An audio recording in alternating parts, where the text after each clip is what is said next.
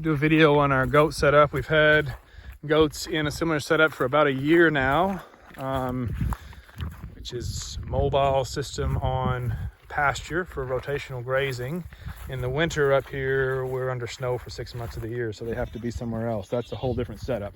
But this is our summer setup, and in most places this could be an almost year-round setup, but not in the northern Great Plains, Saskatchewan.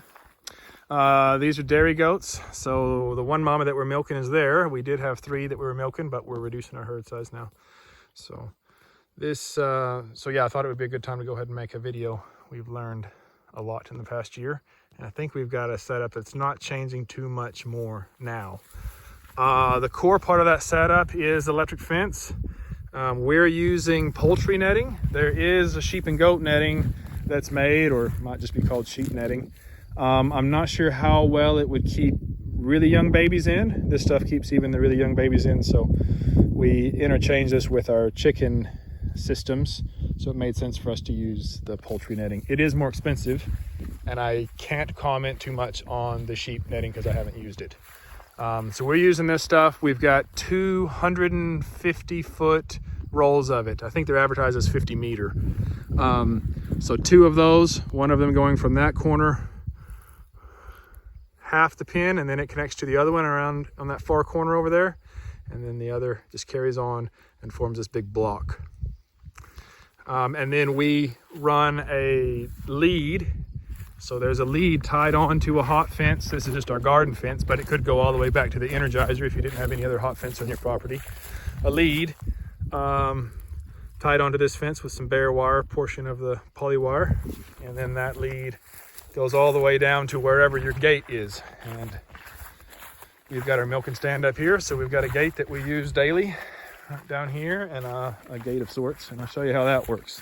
Because we're moving this pin all the time, our jumper, our lead, needs to change size and shape. We do that by having it on this spool, and we can unspool as much of it as we want.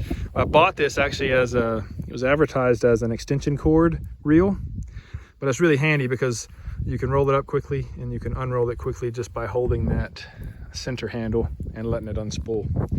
And then when we get to the right length, we just run a loop of it through the eye and hook it on this post, a temporary electric fencing post, to keep a little bit of tension in that line going up to the Energizer.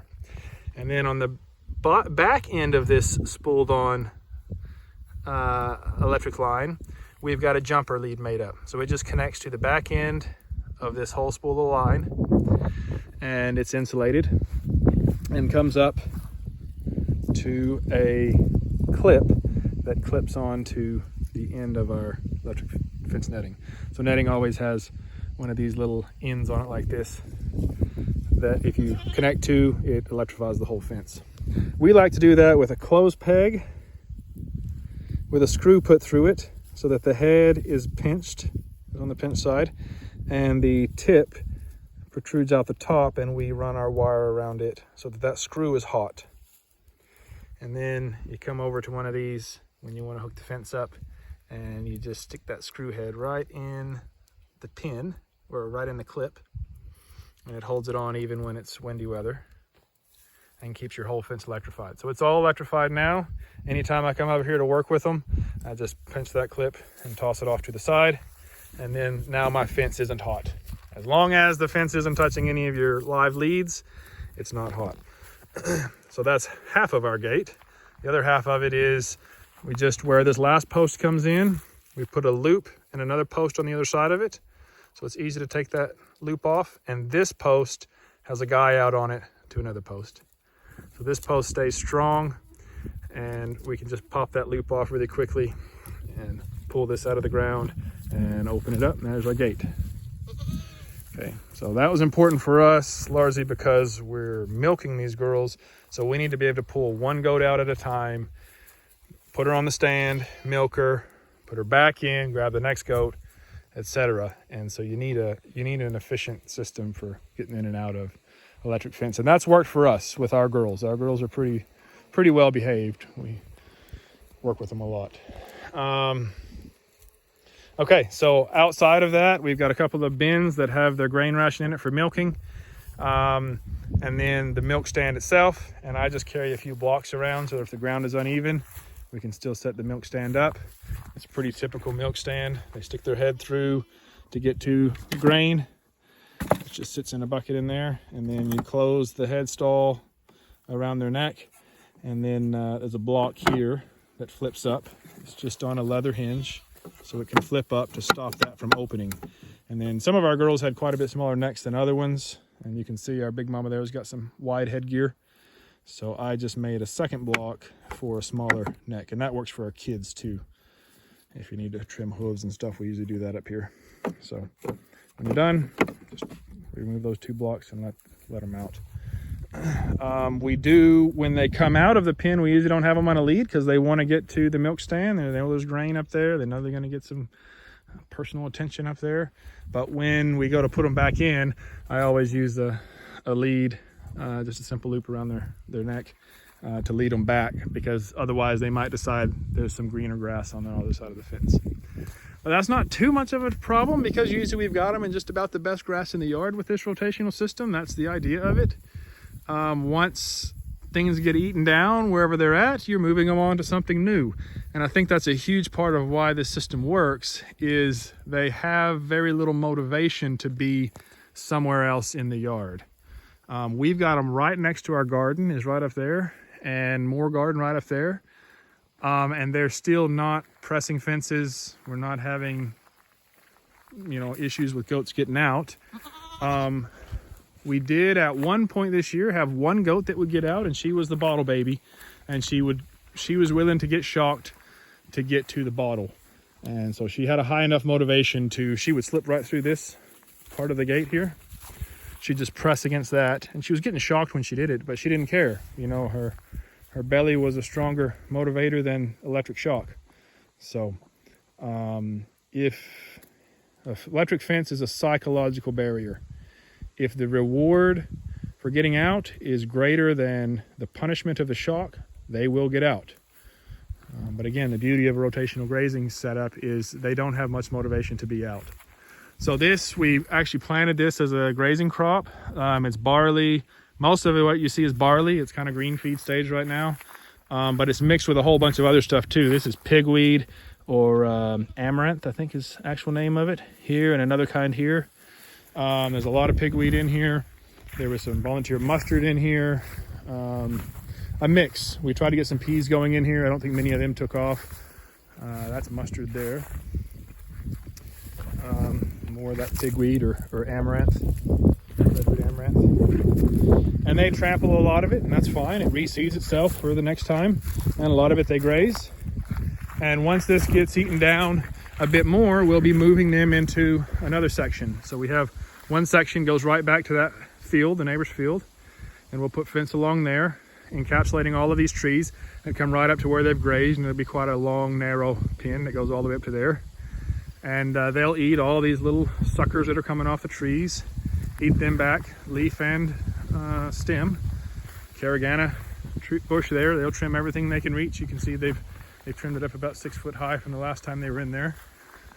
And then there'll be some lush grass here.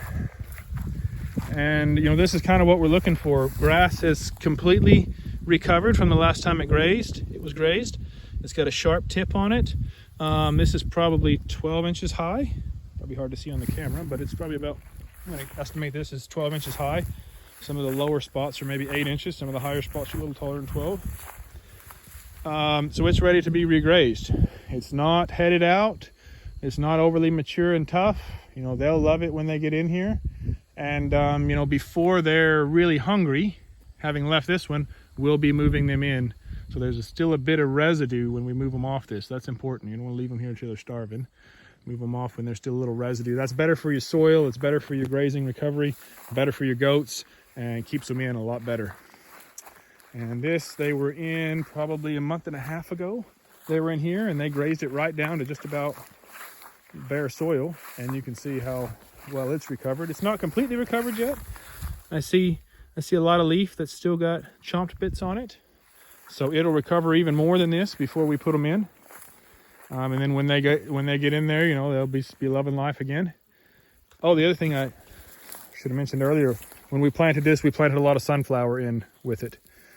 The goats seem to really love those sunflowers. Old time goat dairyman from down in Texas cued me into that little tip, and I certainly believe in it. And you can just buy it as bird feed, so it's quite cheap to sow. We just broadcast sowed all this. And that's another way of improving your pasture. If you bring in hay and you supplement with hay, you'll see we do have a hay feeder in here. So we can supplement with hay. And anytime the grazing starts getting sparse, they'll begin to eat a little bit of the hay. And then you it's just another indicator that it's about time to start moving them. When they start eating a little bit of hay, they always prefer, pretty well always prefer grass to hay. And prefer browse to grass too, I might add. Any bush they really like. To see a few little maple branches in here. We've thrown some branches in here for them to nibble on.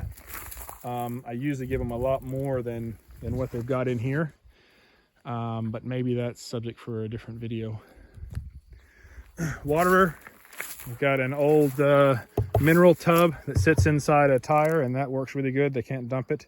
We try to keep that's a little bit dirty. We try to keep it even cleaner than that. If you have a big water trough, it's going to grow algae. If you have a smaller one and you fill it more often, then it's going to stay nicer.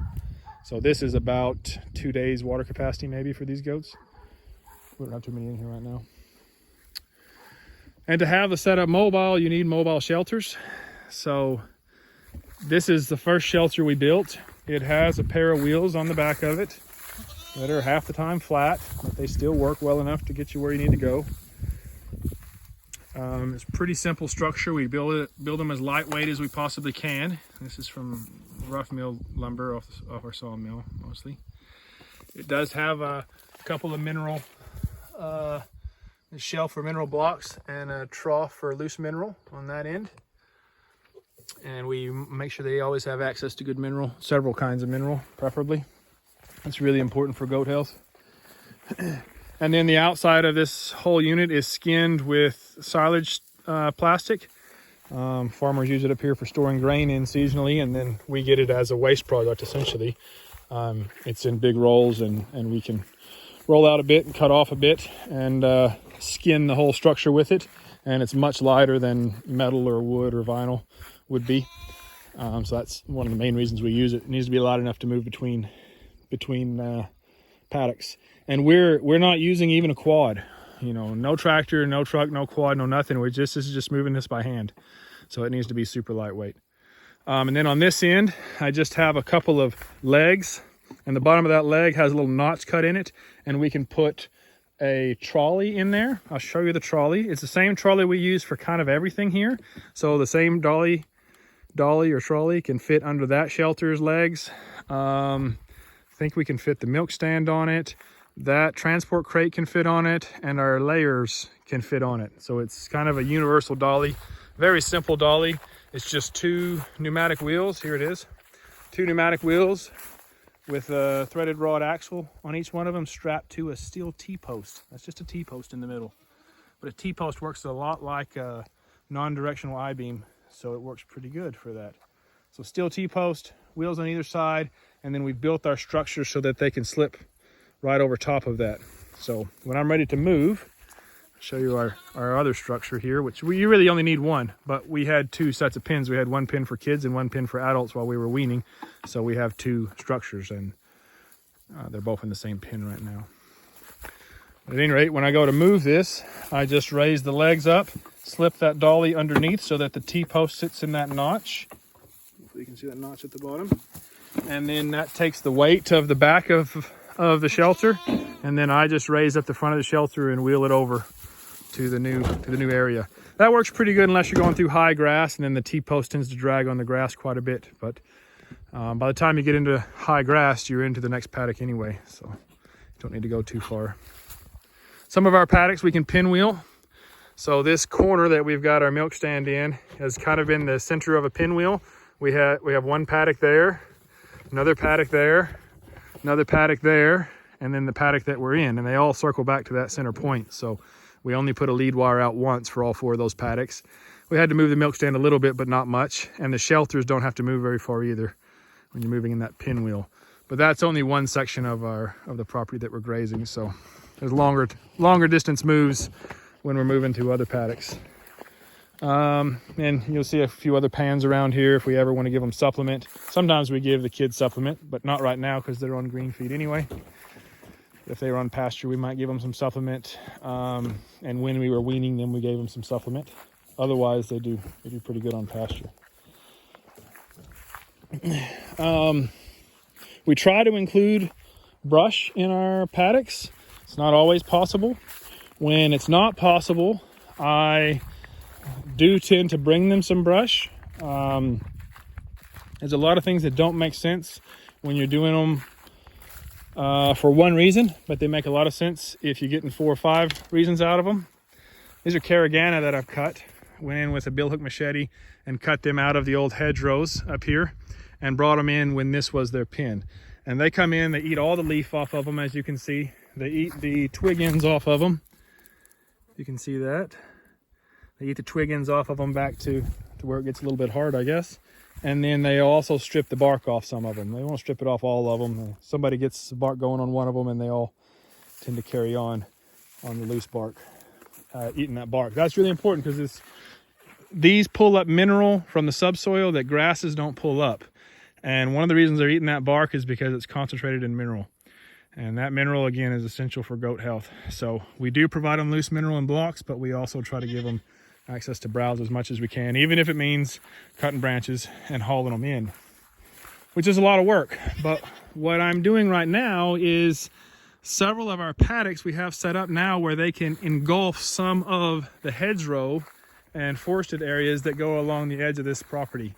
There used to be an old road through there and they had planted hedges on both sides of it. Now that's the very edge of our property. There's no road there, but we've trimmed down these carragana hedgerows, which were 15, 18 feet tall. You can see that's carragana going all the way up there. 15, 18 feet tall, very little leaf and a lot of branch on them. And here we've cut all those down to 5 or 6 feet tall. So now they're leafing back out and the goats can actually keep this grazed. So it kind of becomes vertical grazing for them. Now to do that, we have to be able to put fence through here. So we've cut a line, cleared a line through here where the fence can come in. And then along this old road that was in here, the fence can shoot down and then comes back out through that old hedgerow at the far end. And so we're able to pin in a bunch of carragana browse and a bunch of grassland out here. So that fence would go in and just capture a bit of this hedgerow and then back out, and the rest would be grass. So this is a lot of work, of course, and I've just picked out where our next one will be, and I've been going in occasionally and cutting that track in so the fence line can go down and then pop back out again. So I'm cutting all of that, and each time I cut some, I bring it up and I give it to the goats.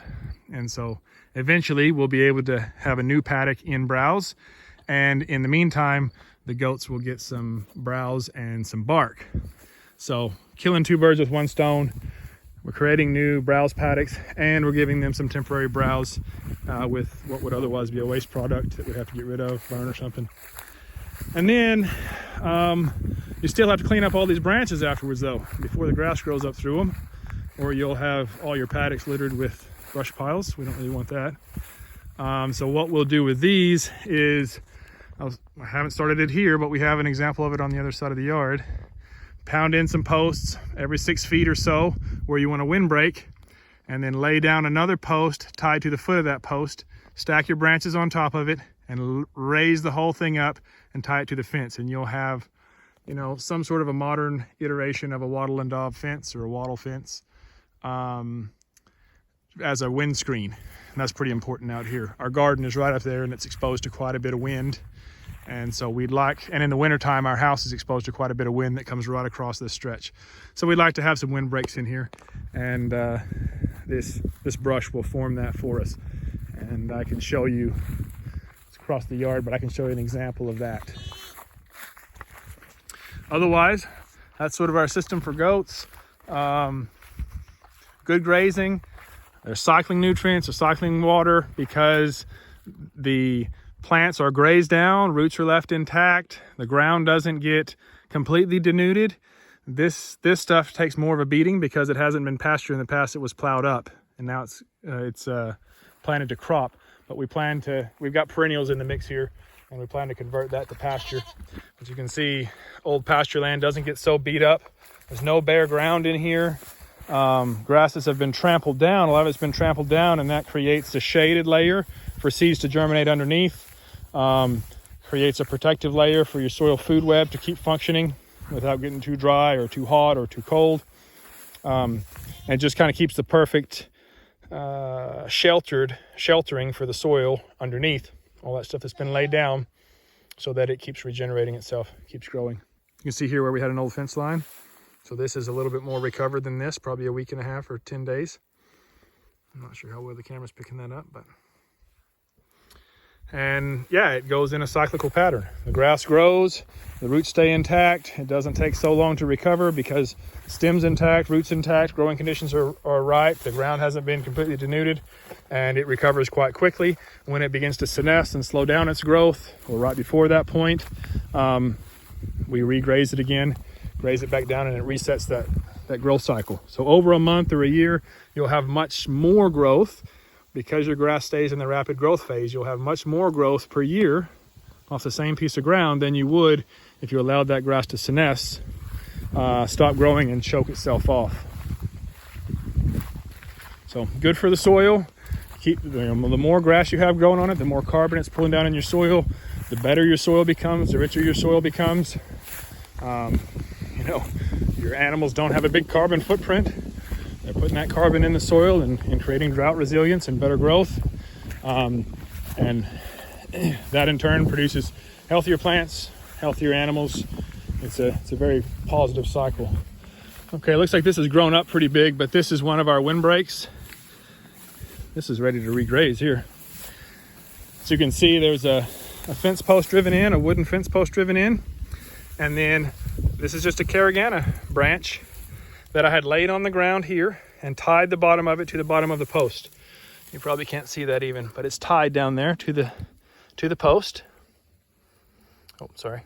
It's tied down there around the post, and it was laid out flat on the ground. And then you pile a bunch of your brush on it.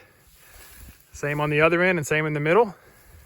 Pile your brush on it, and then you raise that arm up so it flattens the brush and forms a bit of a wall or hedge, similar to old style wattle, but quick and dirty version of it. And that's just pinched between two posts, tied together, in this case with baler twine. Be something that lasts a little longer would have been better. Galvanized wire maybe. And that creates us a windbreak. This one's probably 4 feet high. And then I wove branches in it vertically to make it higher, and the highest of those is probably 10 feet high. So it's essentially a artificial hedge. This is a spot where our hedgerow ended before, and there was this gap here before it gets to the trees, and the wind would come through here pretty heavily, so filled that gap with a bit of a windbreak. And that could be certainly a lot thicker, but that was the first iteration of it, so certainly it works, and I know I can improve on that one. So that's the plan with all of the branches after they're eaten there. So that browse, cutting browse for them and bringing it to them serves several purposes. Temporary food for them, temporary browse food when they're in a paddock without browse. Eventually you'll be able to run paddocks through that browse section that you've cut out from. Once you've got your fence lines cut for it, you can cut the rest of the browse down to 5 or 6 feet high so the goats can access it all. So continual pruning of your eventual browse paddocks is a third benefit. Fourth benefit is that you have the materials in place for windbreaks in your patches that don't have browse in them, which are the ones that need the windbreaks anyway. And then I think I can add a fifth benefit to that too. When you create these windbreaks, you can see how much growth there is around that one. It's shading it, it's creating a bit of a microclimate, a microenvironment around it that supports more growth. Maybe counterintuitive because it's shading it part of the day, but in this dry climate, it creates better conditions for growth than otherwise. And so we get massive growth around there. It also creates the sort of conditions that catch seeds when seeds are being blown across. So weed seeds, yeah, but the ground conditions aren't right for weeds. It will catch poplar seeds, it'll catch maple seeds, it'll catch caragana seeds, anything that's blown by the wind. Maybe caragana seeds, maybe not. And because the soil is stable there and it's shaded, those seeds see the microclimate as right for forest floor, and they will grow trees in that area. And if you want to see an example of that, look around any structures in Saskatchewan and see how many maple trees are growing there versus how many are growing out in your lawn. They see a shaded area with stable soil as a good place for them to germinate. And so those temporary windbreaks that are made from caragana brush will eventually become collinated with maples, poplars, etc., and you will have a permanent living windbreak in that same area. You don't need to plant them. You don't need to cultivate it. You don't really need to do anything. You just create the conditions that they like to grow in, and they'll grow in them. And there's maybe somewhat of an example of that if you look up along what used to just be caragana. Within that caragana, poplars have now grown up. Sorry, I'm not holding my camera very good. Within this caragana hedge, this old caragana hedge, now we have all these poplars growing, maple down there, small maples all through here, more poplars that have all grown up through that caragana hedge. So even though we tend to think that they were competing with the caraganas, they've grown there. They haven't grown elsewhere, even in places that I've planted them around the yard and tried to baby them into growing. They don't grow because the conditions aren't right for forestation. That's a very complex subject. Fungus versus bacteria in the soil prefers grasses versus trees, or vice versa. Complex topic, but basically when you mimic the forest environment, you will have more trees germinate and grow, and when you mimic grassland environment, you'll have more grasses grow. So by putting in those windbreaks, they catch all the leaf litter, they catch tree seeds, and they create a semi-shaded environment. And maples and what we'd call late succession trees really like that, and they'll grow up and inhabit that hedgerow. So it's sort of an unlimited lifespan windbreak when you do it that way. This is a weaker part of our crop. We're giving it a little longer because it's very sparse, but it's ready to graze pretty soon too. I hope that most of this actually gets trampled rather than grazed, because we need a lot more ground cover on this ground that's been tilled for many years that we're just converting into perennial pasture. Anyway, that's our goat setup. It'd be a lot easier for meat goats, but it works even for dairy goats. That's what we're doing with it, and works all summer. Well, basically any time that you've got grass growing or grass stockpiled, that system works and works well. We've been very happy with it, and it's getting better and better because we're getting more and more areas that we can browse as we work up some of these browse blocks.